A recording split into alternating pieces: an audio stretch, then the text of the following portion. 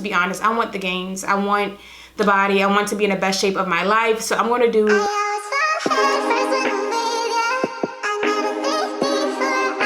Hey guys, and welcome back to my channel. My name is Jasmine, and today is day 2 of 15 days of fitness. And today we're talking about progress, physique updates, what I'm doing for my regimen now. And summer is quickly approaching, so like I'm currently in a caloric deficit and I'm shredding, dropping fat, maintaining my muscle, and I'm going to explain to you today everything I've been doing to do so far. For the past few months, I've been bulking, like just trying my best to put on as much muscle mass as possible. And of course, we know with that comes like fat gain as well. So now it's time to trim it all down. And I want to start with a little recap. I'm not going to hold you long with this because January was an absolute trial month. Like, all I can say is I did what I could and I stuck to my program. However, I won't really feeling it, honestly. Like, I was just going through the motions of my workouts. I was going through the motion of eating. Like, January was just a trial month. Like, that's all I can label it as. So we're gonna just fast forward to February. February, I saw so many results, y'all. Like, body already transforming, progress was being made. I pretty much kept the same goals in February as I had for January, which were pretty much to walk 10,000 steps a day, to remain in a caloric deficit, and to track my macros. Also to make sure I'm getting at least 7 hours of sleep or more at night. I crushed it, absolutely crushed it in February. I'm so proud of how February went.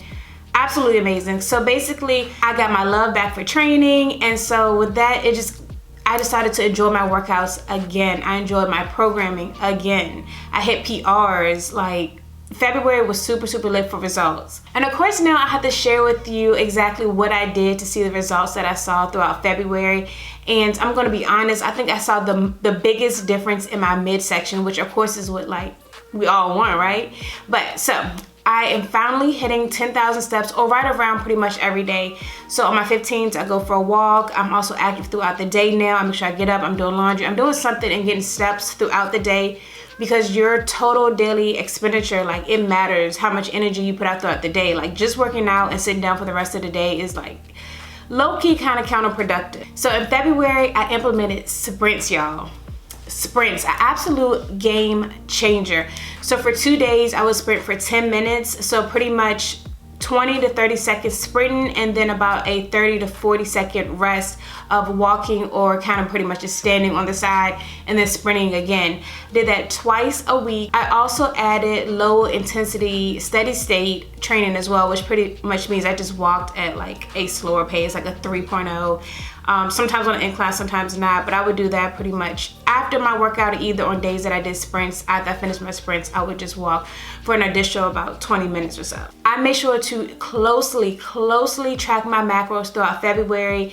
Tracking your macros is not absolutely necessary, but I find it super beneficial for me. Like, if I'm gonna like be invested, I want to be invested all the way and make sure I'm getting all the wins I can get. So I've been remaining in a 500 caloric deficit every day pretty much. Like, Fridays are a little iffy, but every other day I'm making sure that I stay under 500 calories, less than what I burnt for the entire day. I don't measure myself often at all, so honestly I've been sticking to basically pictures, how I feel in my clothes, and just how I feel overall. I have more energy throughout the day because I'm more active throughout the day, versus just sitting at my computer desk for 8 straight hours for work and then finally getting up. You're going to be tired. So I make it a objective to get up throughout my shift and to walk around. So honestly, in February, I think, as a recap, what really helped me with my goals was I was just more active throughout the day.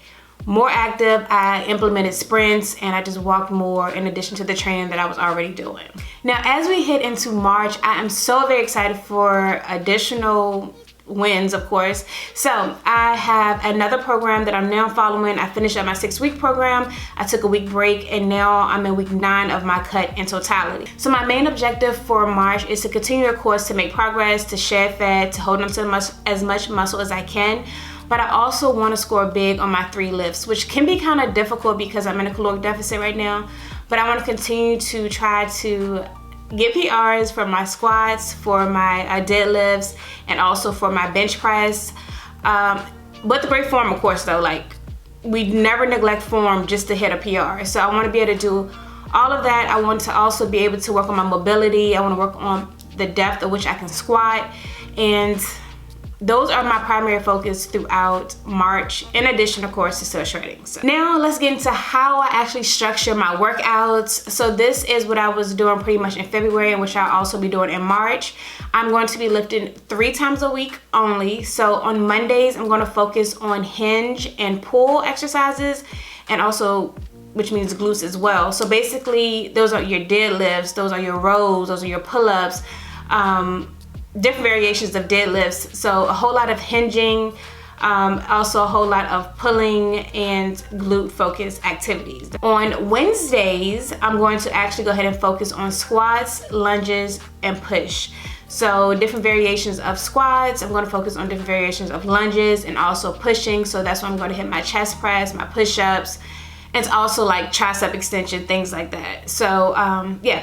And then on Friday, it's full body. So everything I mentioned on Monday and Wednesday is what I'm going to focus on Fridays. I'm going to squat, I'm going to lunge, I'm going to deadlift or hinge, I'm going to pull, I'm going to push, I'm going to do rotational things, I'm going to do carries as well. Friday is full body. I don't go super hard, like I'm not about to do 12 different exercises, but I'm going to do enough exercises where I hit at least each one of those movements once. Now at the end of each session, I'm going to also be doing 20 minutes of low intensity steady state cardio. So again, that just means me walking on the treadmill. I'm going to pop on a Netflix show or a YouTube video and just watch that for 20 minutes. Nothing too strenuous, just getting in some more steps and burning a little bit more calories on Monday, Wednesdays, and Fridays. Now, on Saturdays and Tuesdays are when I'm going to sprint, okay? So I'm going to dedicate 10 to 15 minutes, followed by another 20 to 30 minutes of low intensity steady state cardio, which for me just means pretty much walking on an incline, and or I might do some jump rope.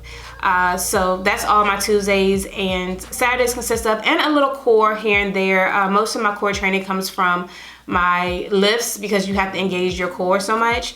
But yeah, that's pretty much what I'm doing on Tuesdays and Saturdays. And then that leaves us with Thursdays and Sundays, which are like the lowest of keys rest days, but it's hard for me to stay inactive, so I still walk on those days. Again, nothing, I'm not running, I'm just simply walking.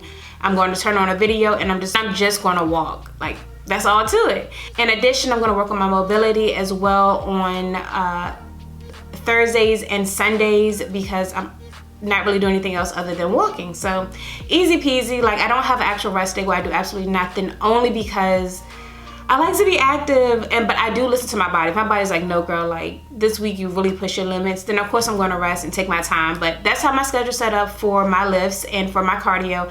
That's how I get in everything throughout the week. What I really want to emphasize here is to have a program, guys. Don't do random exercises. Get a program, stick with it for 6 to 12 weeks. That's exactly what I'm doing here. Mine are 6 weeks long.